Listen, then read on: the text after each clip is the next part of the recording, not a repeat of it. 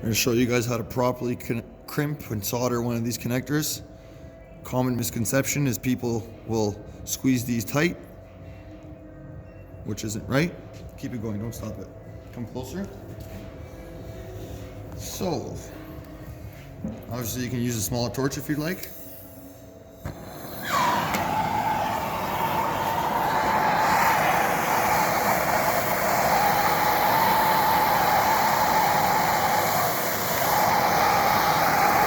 Melt the solder in.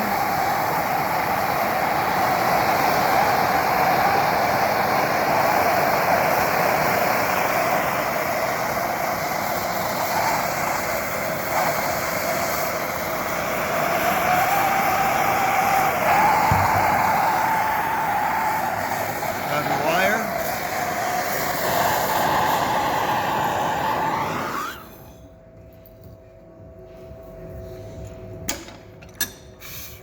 Here's your solid connection.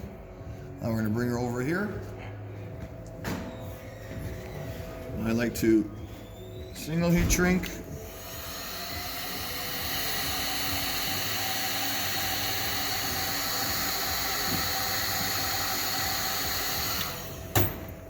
And for safety purposes, double heat shrink.